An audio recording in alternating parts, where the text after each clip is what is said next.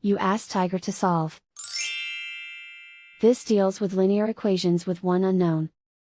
The final result is v equals 17. Let's solve it step by step. Simplify the expression. Expand the parentheses. Group like terms. Simplify the arithmetic. Expand the parentheses. Simplify the arithmetic. Group like terms. Multiply the coefficients. Group all v terms on the left side of the equation. Add 5v to both sides. Group like terms.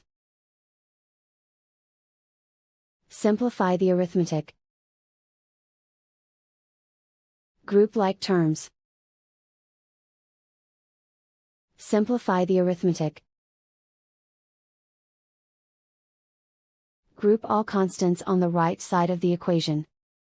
Subtract 11 from both sides. Simplify the arithmetic.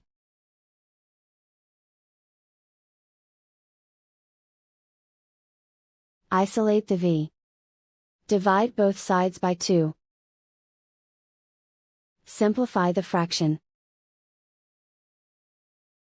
Find the greatest common factor of the numerator and denominator.